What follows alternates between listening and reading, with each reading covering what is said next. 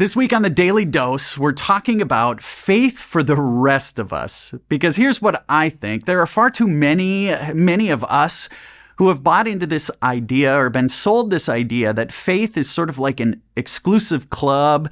And in that club, there are all these unwritten rules. There are rights and there are wrongs. There are this special knowledge and this special way of talking, that there's a certain way to act. And most of the time, most of us don't feel like we're good enough to get into that club. Well, gang, here's the truth. When Jesus roamed the earth, he came to show us a faith that was for the rest of us. Growing up, I had an uncle by the name of Rob. And Rob didn't fit into our family. I mean, he did, but he didn't. You see, my family was a typical rural Midwestern conservative family. We were always fine and relatively quiet, and things never got too rowdy. But my uncle, he was different. When I met him, I was like 10 years old and he was in college. He played football in college. He was big and tough. One game I was in the stands, and after the game, he motioned to me to come onto the field with him. And with all those big college guys, he carried me off the field with the team to the locker room. Now, I got a bit of an education there in the locker room, but what I learned about Rob is that Rob was like a real dude. He was cool. I think he probably liked to party and play cards, because when he took me to his apartment, he had one of those wall hangings from the 80s with the dogs playing poker. Remember those? He was so cool. One summer, Rob asked me if I wanted to go with him to the farm where he grew up.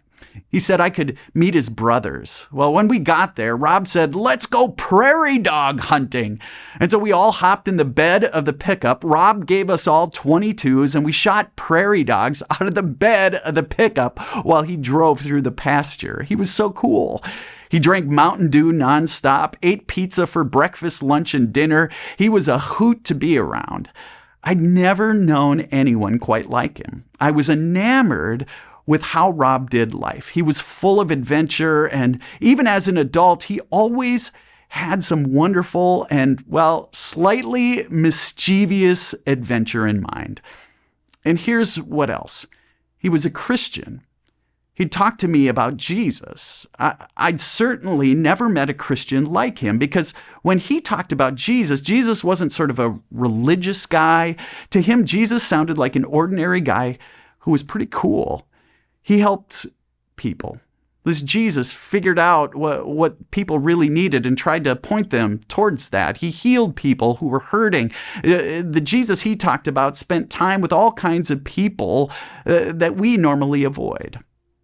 One of the things I admired about Rob is that he could be friends with Jesus and still play college football, play poker, and shoot guns. I didn't think that was allowed, but apparently it was. Honestly, when it comes to me, I don't have one of those wild stories about how I came to faith.